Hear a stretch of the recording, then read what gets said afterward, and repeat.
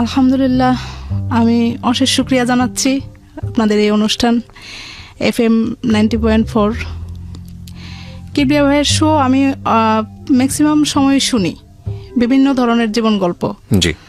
তো শুনে শুনে একটা সময় আমার মনে হলো যে আমার জীবন গল্পটাই এরকম একটা প্রেক্ষাপটে দাঁড়িয়েছে, যেটা এই প্ল্যাটফর্মে এসে আমি উপস্থাপন করা আমার উচিত আমার ব্যক্তি জীবনের জন্য। ওকে। তো আমাকে সুযোগ দেওয়ার জন্য আমি অশেষ শুকরিয়া জানাচ্ছি এবং আপনাদেরকে আন্তরিকভাবে অভিবাদন জানাচ্ছি। Thank you. বলুন। আমি আমার ছোটবেলা থেকে একটু বলি। নিশ্চয়ই। আমার জন্ম ভোলার চরপেশন উপজেলা। আমার বাবা একজন সৎ ব্যবসায়ী ছিলেন। তো বাবা অনেক রাগী একজন মানুষ। তো আমাদের ভোলা জেলায় একটা বন্যা হয়। তো বন্যাতে আমার দাদা বাড়ির অনেক কিছু ক্ষয়ক্ষতি হয়ে যায়, দাদারা একটু নিঃস্ব হয়ে যায়। তখন আমার বাবা যখন ক্লাস 10-এ পড়ে, 10 পড়া অবস্থাতেই আমার বাবা ব্যবসায় লেগে যায়। তখন আমার নানা ছিলেন প্রতাপশালী, মানে ব্যবসায়িক দিক থেকেও ভালো, দাপটের দিক থেকেও খুব একটা ভালো পরিবারের লোক সে। তো আমার নানা বড় ব্যবসায়ী ছিলেন। সেই সুবাদে আমার বাবা আমার নানার কাছে ব্যবসায়িক কাজকর্মের জন্য আসতেন। নানার বড় ব্যবসা ছিল, ওইখান থেকে মাল নিয়ে নিয়ে আমার বাবা ছোটখাটো একটা ব্যবসা করতেন আর কি। তো এরকম করে করে আমার মা যখন ক্লাস 6-এ পড়ে, আমার মা খুব সুন্দরী, আমার মা খালারা খুবই সুন্দরী। তা আমার বাবা দেখে পছন্দ করলো। তো করার পরে আমার নানাকে তার বন্ধু বান্ধব দিয়ে জানানো হয়েছে যে এরকম আমি তাকে বিয়ে করতে চাই। তো যাই হোক, নানা রাজি হলো। তো অনেক কষ্ট পরিশ্রমের মধ্যে দিয়ে তাদের এই সংসার জীবন শুরু। তখন আমার বাবা ছোট একটা ব্যবসা দিলেন। আচ্ছা। দিয়ে খুব কষ্টের মধ্যে তাদের সংসার। আমি আমার মার কাছে গল্প শুনছি যে আমার বাবা বিয়ের পরে 100 টাকা একটা রুম ভাড়া করে থাকতেন। 100 টাকা রুম ভাড়া করে থাকতেন, কিন্তু তাদের এতই আন্তরিকতা ভালোবাসা ছিল যে এটাকে কিছুই মনে হতো না। একটা পর্যায়ে আমার বাবা ধাপে ধাপে ব্যবসার দিক থেকে খুবই অগ্রসর হতে থাকলেন। মানে আমি জন্মের পরে নাকি খুব সুন্দর হয়েছি। আপনি বাবা আমার প্রথম সন্তান ছিলেন? আমি বাবা আমার প্রথম সন্তান। ওকে। তো আল্লাহ রহমতে সে একটা সময়ে আমাদের ভোলা চরপেশন উপজেলা, সেখানে আমার বাবা একজন সৎ ব্যবসায়ী এবং খুব নাম করা হয়ে গেল। কিসের ব্যবসা করতেন উনি? কসমেটিক্সের ব্যবসা ছিল। ওকে। খুব ভালো অবস্থা। আস্তে আস্তে ধাপে ধাপে, আমার জন্মের সময় কোনো বাড়িঘর ছিল না আমাদের। তো তার পরবর্তীতে আমাদের ইনশাল্লাহ বাবা বাড়ি করলেন, ব্যবসা। এর মধ্যে কিন্তু আমার বাবা খুব রাগী। আমার বাবা এতটাই রাগী ছিল যে আমরা সামনে গিয়ে কথা বলতে পারতাম না। আমরা 3 ভাই বোন, আমি বড়, আমার ছোট 2 ভাই। তো সেদিক থেকে আমার বাবা একটা জিনিস ভালো ছিল না, সেটা হলো বাবার ব্যবসার দিকেই বেশি খেয়াল ছিল। আমার ভাই 2টা বড় হওয়ার পরে সে শুধু ব্যবসার দিকেই নেবে, পড়াশোনা করাবে না, এরকম একটা অবস্থা। মেয়ে বড় হয়েছে, বিয়ে দিতে হবে। তো এরকম করে যাই হোক, আমি যখন ক্লাস 8-এ পড়ি, আমি এখানে একটা ঘটনা বলি যেটা কেউই জানে না, আজও পর্যন্ত শেয়ার করা হয়নি। হঠাৎ করে একদিন আমার বড় মামাকে পাঠানো হয়েছে আমাকে নিয়ে যাওয়ার জন্য। তো আমাকে নিয়ে গিয়ে দেখলাম যে মোটামুটি বাড়িতে বিয়ের আয়োজন চলছে। পরে রাতের বেলা দেখলাম যে রাত 11টার দিকে সত্যি সত্যি ছেলে দেখতে আসছে। এই ছেলেটা হলো আমার নানার খুব প্রিয় মানুষ। আমার নানা ভাইকে একদম পাগল করে ফেলছে। তো যাই হোক, দেখতে আসছে, মামারা কেউ রাজি ছিল না। তো এখন রাতে যখন আসছে ভালো কথা, বিয়ে হবে যদি সেভাবে পছন্দ হয়। তো ছেলেটা আপনার মাদ্রাসার দিক থেকেও সে পড়াশোনা কমপ্লিট করছে, আবার ওই যে জেনারেল লাইনে যেটা করে ওইটাও কমপ্লিট করছে। সে একটা স্কুল এস্টাবলিশ করতেছে তখন। তো আসছে আমাদের বাসায়, পাঞ্জাবি পায়জামা পরে আসছে, আর রাতের বেলা সানগ্লাস চোখে দিয়ে আসছে। ওকে। তো এটা আসার কারণে আমার মামারা মাইন্ড করছে যে এটা কিরকম হলো, রাতের বেলা কেন সানগ্লাস দিয়ে আসলো। তো সর্বশেষ যাই হোক, ফাইনাল রাতের বেলায় তারা আমাকে এঙ্গেজমেন্ট করবে, আমাকে এঙ্গেজমেন্টের জন্য নিয়ে যাওয়া হলো।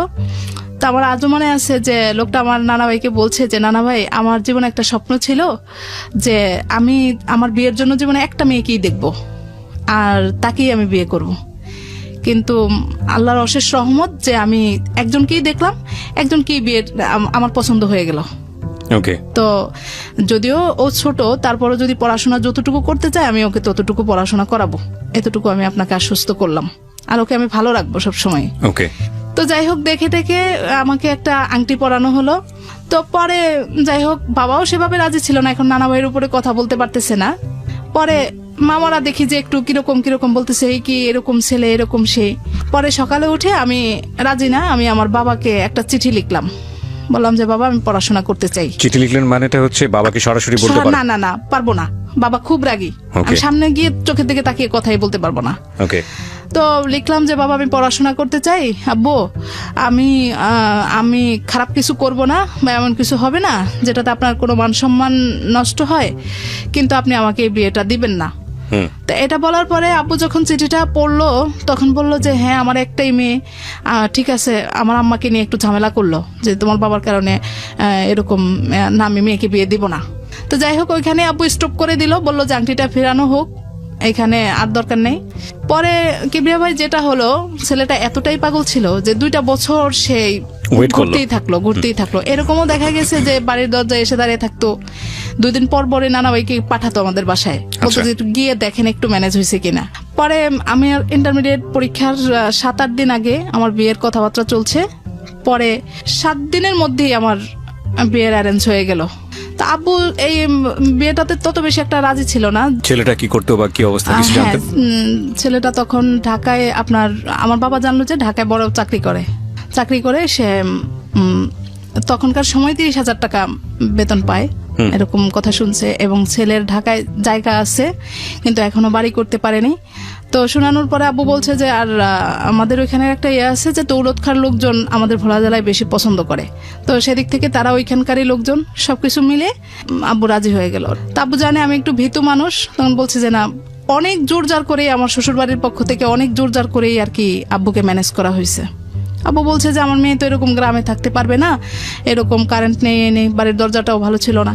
পরে বলে যে না, আমার ছেলের বউ গ্রামে থাকবে না, ছেলেকে বিয়ে করাবো তার সাথে থাকার জন্য। আমার ছেলে ঢাকায় থাকতে একা রান্না বান্না নিজে করে, সেই বউ তার সাথে থাকবে। তখন আমার আব্বু চিন্তা করলো যে যেহেতু মেয়েকে ঢাকায় নিয়ে যাবে অসুবিধা নেই।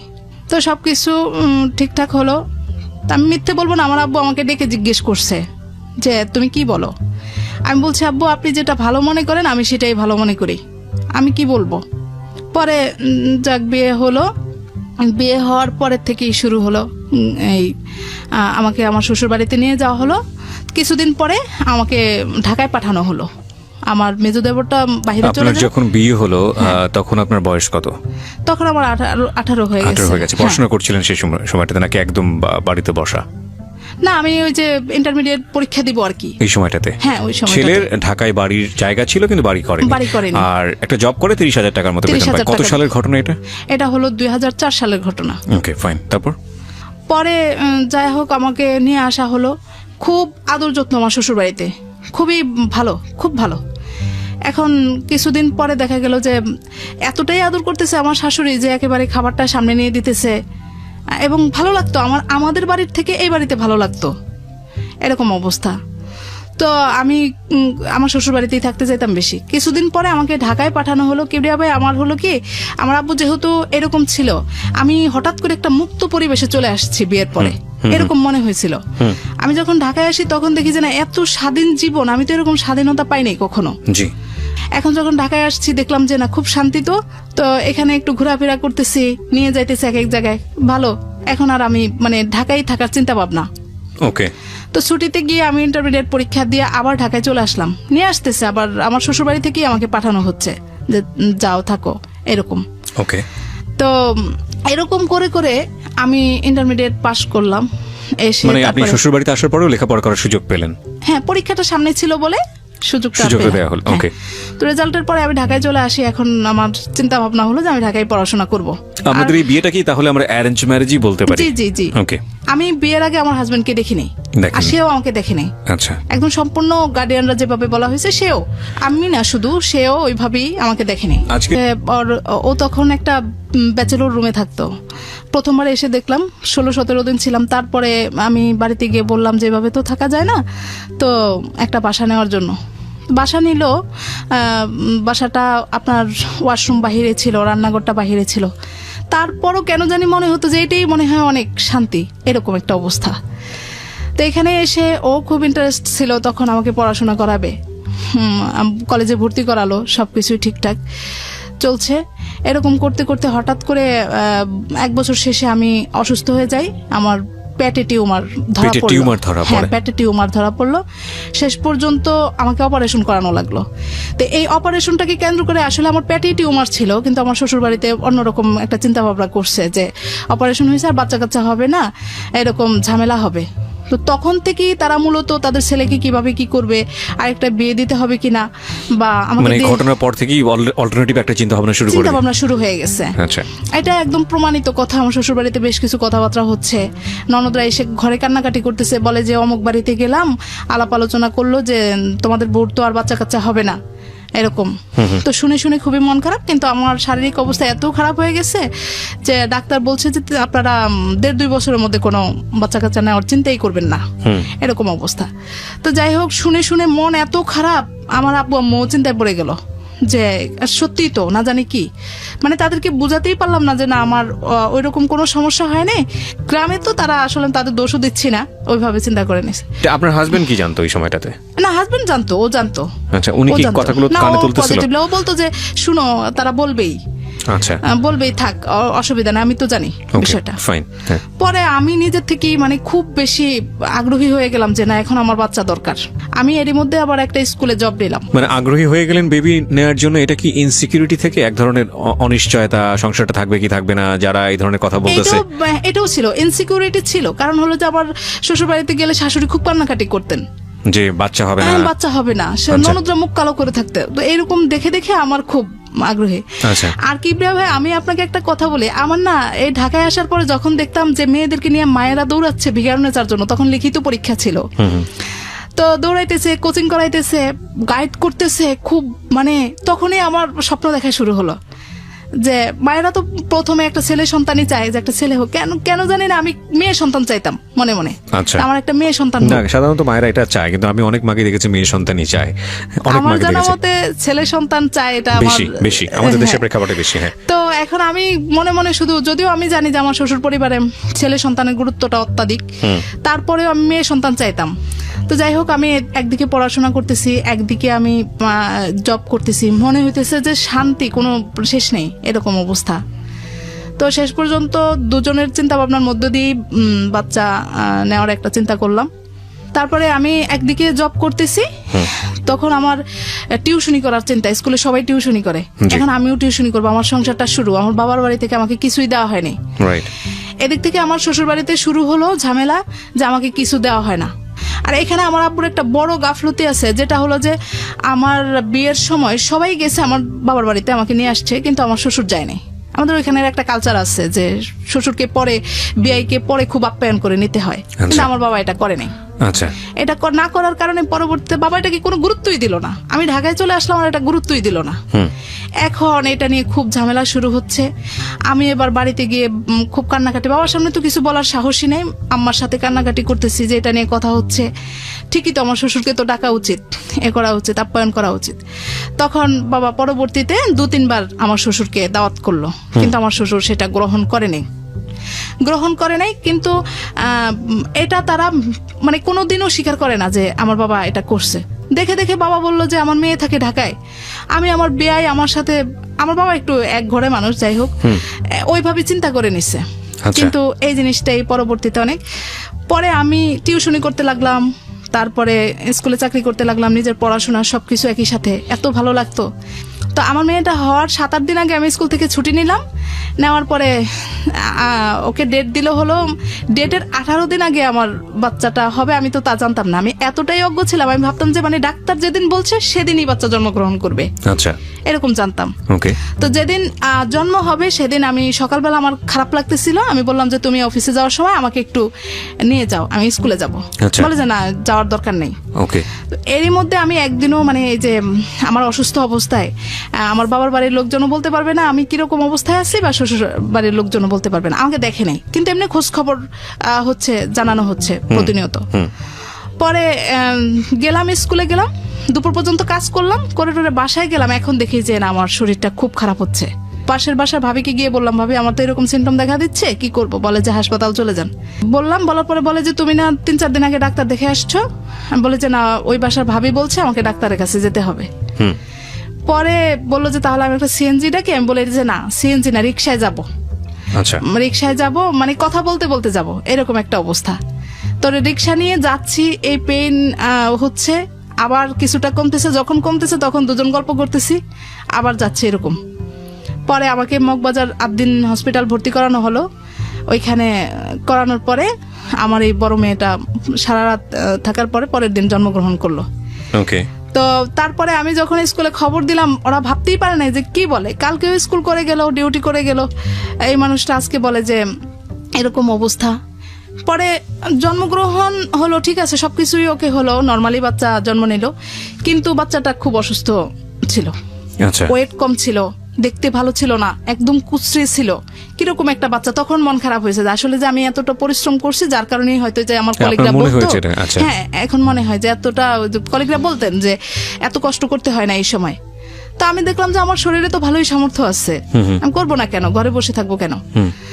তো কিবরিয়া ভাই আমার একে নিয়ে খুব ঝামেলা পোহাইতে হলো। নাম কি হলো মেয়েটার, যেটা একটু আগে হাবিবা রহমান ওহি। ওহি, হ্যাঁ। তো ওকে নিয়ে আমার খুব ঝামেলা, সুস্থ ছিল না, খুব খারাপ অবস্থা। পরে হওয়ার পরে আমাদের বাড়ি থেকে আম্মা আসলো, মামিরা সবাই আসলো, আমার শ্বশুরও আসছেন। এসে খুব প্রথম আপনি বেশ সবাই খুব খুশি। জি। পরে আমাকে 18 দিন পরে, ওর 18 দিন বয়সে আমি আমার বাবার বাড়িতে যাই। প্রথমে শ্বশুর বাড়িতে যাই, সেখান থেকে কিছুদিন থেকে আমার বাবার বাড়িতে যাই। আচ্ছা। তো এখন বাচ্চাটা অসুস্থ জন্য আমাকে আমার আম্মা ঢাকায় আসতে দিল না। তো 3.5 মাস বয়সে আমি আবার ঢাকায় চলে আসি। তখন বাচ্চাটা একটু ফুরফুরে হয়েছে, বাবা মার কাছে ছিলাম, খুব যত্ন আদি, ভালো একটু মোটামুটি, কিন্তু অসুখ তার লেগেই থাকে, একটার পর একটা, একটার পর একটা। জি। তো এরই মধ্যে আমি যখন ঢাকায় চলে আসি, এখন আবার আমাকে স্কুল থেকে, আমি কিবরিয়া ভাই মানে ভালোই টিচিং দিতে পারতাম আর কি, যার কারণে তারা খোঁজ খবর নিচ্ছে। আর পরে গেলাম ওকে নিয়ে, এখন বলে যে না আপনি আবার স্কুলে জয়েন করেন। তা আমি বললাম যে না এত ছোট বাচ্চা নিয়ে কিভাবে কি, বলে যে না এখানে খালারা আছে, ওকে দেখবে, আপনি আপনার কাজ করতে থাকেন, আপনাকে অনেক সুযোগ সুবিধা দেওয়া হবে, 11টা পর্যন্ত আপনি থাকবেন, এরকম। তো এরকম হয়েছে, আমার সংসারের দিক থেকেও আমার দরকার। আমি এখানে একটু বলে রাখি কিবরিয়া ভাই, কোনোদিনই আমি সংসারে এসে আমার সংসারটাকে ওইভাবে একদম ফুলফিল পাই নাই যে না মাস শেষে ঘর ভাড়াটা দিতে গেলে আমার কোনো কষ্ট হবে না। তো এখন দেখলাম যে না আমার সংসারে তো আমি কিছু না করা ছাড়া তো আমি নিশ্চিন্তে থাকতে পারবো না। তো আমি এই 3.5 মাসের বাচ্চাকে নিয়ে স্কুলে যাচ্ছি, এদিক দিয়ে আমার মন খারাপ। আমার দেবর ছিল আমার কাছে, আমার দেবর আমার বড় ভাইকে রেখে বলতেছে যে এস ভাই খুবই কষ্ট পেলাম, আমার ভাইয়ের যদি প্রথম বয়সে একটা ছেলে হতো, তাও আবার মেয়ে, আমার ভাইয়ের এমনি অবস্থা ভালো না, তারপর যদি একটা ছেলে হইতো তাও আমরা একটু নিশ্চিত থাকতাম। মেয়ে সন্তান হলো, এই এখান থেকে শুরু হলো, মেয়ে সন্তান মেয়ে সন্তান। তাদের ছেলের জীবনে প্রথম একটা ছেলে হলো না, ভাইয়ের জীবনে প্রথম একটা ছেলে হলো না। এটা কে বলতো? পরিবারের সদস্যরা? পরিবারের আমার তো ওরা শ্বশুরের তো দূরে সদস্যরা। থাকতো, ওরা এই ধরনের কথা বললেই কি বা যায় আসে? আমার দেবর থাকতো আমার কাছে তখন। দেবর আপনার সঙ্গে থাকতো? হ্যাঁ। ওকে। তো অনুভূতিটা তো প্রকাশ হতো, এটাই হলো কথা, ফোনে বা বিভিন্ন ভাবে এরকম। আমি বাড়ি যেতাম তখন, জি। তো বাড়ি গেলেই দেখা যেত যে আমার শাশুড়ি কান্নাকাটি করতেছে যে এই আমার ছেলের জীবনে প্রথম একটা ছেলে হলো না, মেয়ে হলো, এরকম। আচ্ছা। তো পরে যাই হোক, এখন আমি এই বাচ্চাটাকে 3.5 মাসের নিয়ে আমি স্কুলে খালাদের কাছে দেই। খালারা 2টা বেঞ্চ একসাথে করে কাঁথা টাথা বিছাই দিয়ে ওকে শোয়াই দেয়। আমি এদিকে ক্লাস করি, করে টোরে পরে বাকি কিছু খাতাপত্র থাকে এগুলা নিয়ে আমি ওকে রিক্সায় করে নিয়ে তারপরে বাসায় চলে যাই। ও রাতে যখন ওকে ঘুম পাড়াই, ঘুম পাড়ানোর পরে আমি স্কুলের কাজগুলা করি, করে পরের দিন সকালে আবার ওকে নিয়ে আমি স্কুলে আসি। ওকে। এরকম করে করে আমার চলতে থাকে। তো চলতে থাকার পরে এরই মধ্যে ওর অবস্থাটা ভালো না, এখানে ইনকাম হচ্ছে না। এই তো আমার ছোট খালা থাকে ঢাকায়, উনি আমাকে একটা অফার করলো যে তোমার খালু তো বাহিরে লোক পাঠায়, তো ওকে পাঠাবে কিনা, জাপানের কথা বলছিল তখন। আমি আসলে কিবরিয়া ভাই এখন যতটা বুঝি তখন বুঝতাম না, ভাবতাম যে যা বলে ওইটাই মনে হয় সঠিক। আর এদিকে আরেকটু বলি, আমাকে বিয়ের সময় বেশ গহনাগাটি দেওয়া হয়। ওই যে আমার মেজুদাবর সৌদিতে ছিল, আপনার গলার হার, হাতের চুড়ি টুড়ি বালা টালা এগুলা দেওয়া হয়। তো দেওয়া হলে পরে আমি আমার চিন্তা করলাম যে আমার অবস্থা তো খুব খারাপ, ঢাকায় থাকতে হলে আমাকে লাগবে। আমার আব্বুকে জানালাম, আব্বু বলছে যে ঠিক আছে, টাকা পয়সা লাগলে আমি দিব, দেখো জাপান যাওয়ার কোনো ব্যবস্থা করতে পারে কিনা। ওকে। তা বললো যে, আমি জিজ্ঞেস করলাম এখন আপনাদের কি লাগবে, বলে যে 1 লাখ টাকা লাগবে। তা আমি আমার আব্বুর কাছ থেকে ওই 1 লাখ টাকা এনে তাদেরকে দেই। আচ্ছা। দেওয়ার পরে আমি জানি যে আমার হাজবেন্ড এই লাইনেই আছে, সে তো বুঝবে অন্তত। জি। তাকে জিজ্ঞেস করলাম, সেও বলে যে না ঠিক আছে, হবে হয়তো। দিয়ে রাখলাম। কিবরিয়া ভাই, এখানে আমি প্রথম যে আমার ঢাকার শহরের যে কিছু জিনিস বুঝ, আমি এখান থেকে শুরু করি। পাসপোর্টটা নিয়ে ফেলানোই ছিল, কোনো প্রসেস করার জন্য দেওয়া হয়নি। আমি তো আশায় থাকতেছি। এখন আমার হাজবেন্ড বলতেছে যে আমি তো বাহিরে গেলে দেখা গেছে যে 5-6 বছর একটা না থাকা লাগবে। জি। আমাদের আরেকটা সন্তান নেওয়া উচিত, পরপর হয়ে গেলে আমাদের পরবর্তীতে আর ঝামেলা হবে না। এটা কে বলছে? আমার হাজবেন্ড বলতেছে। আমার হাজবেন্ড বলছে, ওকে। তা আমিও চিন্তা করে দেখলাম যে না, ঠিকই তো, ও যখন থাকবে না তখন আমি কি করব। আমার এই ফাঁকে আমি বাচ্চা, যদি আরেকটা সন্তান আল্লাহ পাক দেয়, তাহলে আমি দুজনকে একসাথে বড় করে ফেলি। ওকে। তো দুজনের চিন্তাধারার মধ্য দিয়ে আমি আবার বাচ্চা নেওয়ার চিন্তা করলাম। আমার বড় মেয়ের যখন 1 বছর বয়স, তখন আমি আবার কনসেপ্ট করি। তো ভালো কাটতেছে। আমি তো জানি যে ওদিক থেকে খোঁজখবর নিচ্ছি প্রতিনিয়ত, বলে যে হ্যাঁ অমুক প্রসেস হচ্ছে, তোমরা টাকা পয়সা গুছাও, এই করো সেই করো। তো আমাকে যে জিনিস গহনাগুলো দেওয়া হলো, এখানে বড় 2টা গহনা ছিল, একটা গলার হার আর হাতের 2টা বালা। আচ্ছা। কোনো না কোনো ভাবে প্রসেস করে আমার ননদরা ওই চুড়ি 2টা নিয়ে গেল। জি। নিয়ে গেল, আমার কাছে বালাটা থাকলো আর টুকটাক জিনিসপত্রগুলো থাকলো। ওকে। তো এখন আমি, আমার মূল টাকা নাই, কোনো গচ্ছিত টাকা পয়সা নাই। আমি আমার আব্বুর থেকে নিয়ে আসবো, আর আমার এই গহনাটুকুই আছে। ওকে। এই গহনাটুকু আমি আমার ছোট খালার কাছে রাখলাম। বললাম যে যখন প্রসেস হয় তখন আপনারা এইভাবে আপনারা এটা বিক্রি টিক্রি করে দিয়ে তারপরে যতটুকু দেখেন কতটুকু হয়। আচ্ছা। এই করে, কিন্তু আমি তো জানতামই না যে আমার পাসপোর্ট ড্রয়ারেই পড়ে আছে, তারা কোনো প্রসেস করছে না। আচ্ছা। হ্যাঁ। তো বলতেছে যে টাকা পয়সা অ্যারেঞ্জ করো, এই করো, কিছুদিনের মধ্যেই হয়ে যাবে। আমি খুব উৎসাহী। এদিক দিয়ে আমি তো অসুস্থ, আমার বাচ্চাটা বড় হচ্ছে আস্তে আস্তে। এখন এই বাচ্চাটাও ছোট, খুব ঝামেলা হচ্ছে। তখন আমি আমার হাজবেন্ডকে বললাম যে তুমি যে এখানে যে কাজগুলা করতেছো এগুলা ক্লোজ করো, কারণ তুমি যখন চলে যাবে তোমার এই পেশাটা তো ভালো না। দেখা গেল যে তুমি চলে যাবে, লোকজন এসে আমাকে একটা পাকড়াও করবে, বলবে যে আপনার হাজবেন্ডের কাছে এত টাকা পয়সা পেতাম, এটা সেটা। আচ্ছা। একটা পর্যায়ে আমার কথা শুনে শুনে আমার হাজবেন্ড একদম মানে বেকার হয়ে যায়। আচ্ছা। বিদেশ চলে যাবে। তখনও যাওয়া হয়নি বা এরকম কোনো না। ওকে। শেষ পর্যন্ত আমার গহনাগুলা তারা বিক্রি করার পরে টাকা পয়সা এদিকে শেষ পর্যন্ত 4-5 মাস কি প্রায় বছর খানেক আমার ছোট বাচ্চাটা জন্ম হয়ে গেল। জন্মগ্রহণেরও কয়েকদিন পরে আমি শুনলাম যে না, আর হবে না। বলতে হবে না, বিদেশ যাওয়া হবে না, এটা প্রসেসিং হয়নি। আচ্ছা। তো এখানে আমি আমার শ্বশুর বাড়িতে আরেকটা লাঞ্ছিত হয়ে গেলাম যে তোমার আত্মীয় স্বজনের কারণে আজকে এরকম দুরবস্থা, তারা পারবে বলে নিয়ে এরকম সেরকম কিছুই করলো না। ওকে। এখন আমার হাজবেন্ড খুব সহজ সরল মানুষ, আমি এটা অস্বীকার করব না। তখন একদম মানে কাজটা ছেড়ে দিয়ে এরকম অবস্থা আমার যে আমার ঘরে মানে চাল ডাল নুন তেলটা থাকতো কষ্ট হতো, কারণ ও কিছু করতেছে না। এরকম অবস্থা। আমার ছোট মেয়েটা আস্তে আস্তে একটু বড় হতে এত সুন্দর হয়েছে ও। এখন এখানে আরেকটু বলে, আমার হাজবেন্ড প্রথম মেয়েটা মেনে নিল, কিন্তু দ্বিতীয়বার সে কি স্বপ্ন দেখছে, তখন আমিও স্বপ্ন দেখছিলাম যে একটা ছেলে হোক। পরবর্তীতে হয় নাই, হাসপাতাল এরকম কিছু অবস্থা করছে, সে মানে নারাজ অবস্থা। হাসপাতালে কি করেছে? হাসপাতালে সে মানে উগ্র হয়ে গেছে, বলতেছে যে কেন হলো না, ছেলে হলো না। হ্যাঁ, আমি তো জানতাম ছেলেই হবে, কখনো তো আমাকে বলে নাই। কয়েকবার আল্ট্রাসাউন্ড করানো হয়েছে, সে তো আমাকে কখনোই বলে নাই। কে বলে নাই? আপনি বলেন নাই? আমি বলিনি। আসলে কি বলেন নাই? আসলে আমাকে জানানোই হয়নি। আমি কখনো ডাক্তারের কাছে জানতেই চাইতাম না, ভয়ে জানতেই চাইতাম না যে আমার কি ছেলে হবে না মেয়ে হবে। ওকে। ভয় কেন করতেন? যদি মেয়ে হয় কেন করতাম যে আবার যদি মেয়ে হয়, এটা শুনলে যদি আমার শারীরিক অবস্থাটা খারাপ হয়ে যায়, এজন্য। পরে আমার আম্মা ছিল, আমার ছোট খালা ছিল, তারা দেখছে যে এরকম অবস্থা। পরের দিন আমার ছোট খালা হাসপাতালে এসে বলতেছে যে তুমি বাচ্চাটাকে বিক্রি করো, আচ্ছা, আমি তোমার বাচ্চাটাকে নিয়ে নিব। কে বলতেছে এটা? আমার ছোট খালা বলতেছে। আপনাকে? হ্যাঁ, আমাকে বলতেছে। আমি তখন বেডে শোয়া। পরের দিন এত সুন্দর হয়েছে ও। তো আপনাদের পারিবারিক আচরণ দেখে সেই প্রস্তাবটা দিয়েছে? এই প্রস্তাবটা দিয়েছে। আমি বললাম যে কেন? বলে যে তোমারও মন খারাপ, আর ওর বাবাকে যেরকম দেখলাম মনে হয় না সে মেয়ে দেখে খুশি। আসলে মেয়েরাই যে ভালো, আর আমাদের পরিবারে মেয়ে কম বলে আমাদের পরিবারে খুব চাহিদা মেয়ের। জি। আমাদের পরিবারের সবাই খুব খুশি যে আমার পরপর 2টাই মেয়ে। এখন বলছে যে তোমার মেয়েটা এত সুন্দর হয়েছে, ওকে আমি নিয়ে নিব, তোমাকে আমি 3 লাখ টাকা দিয়ে দেই, তুমি মেয়েকে আমাকে দিয়ে দাও, তুমি একটু সুস্থ হলে তাকে জিজ্ঞেস করো। সে কি মেয়ে দেখে কি খুব বেশি নারাজ যদি হয়ে থাকে, আমি ওকে কিনে নিব, ওকে আমি মানুষ করব। তো সত্যি সত্যি আমারও মনের মধ্যে খুব ছিল, আমি আমাকে বুঝিয়ে বললো যে না আসলে আমার খুব আশা ছিল, একটা ছেলে দরকার, একটা ছেলে হলে তো আমাদের আর চিন্তা ভাবনা থাকতো না। যাই হোক, এগুলা মনে কোনো কষ্ট নিও না, আল্লাহ যা দিছে তা নিয়ে আমরা থাকবো। পরবর্তীতে আমি এখান থেকে সান্ত্বনা যে না, আমাকে আমার হাজবেন্ড বুঝিয়ে বলছে, বাস এটুকুই। ওকে। কিন্তু আমি যতবারই আমার মেয়েদেরকে নিয়ে বাড়িতে যেতাম, আমার শাশুড়ি ততবারই কান্নাকাটি করতেন। পরপর 2টা মেয়ে, প্রথমবার তো ছিলই, এখন আরো বেশি। আমার ছোট ননদ বলতো যে মেয়ে বাচ্চা আমার একদমই পছন্দ না।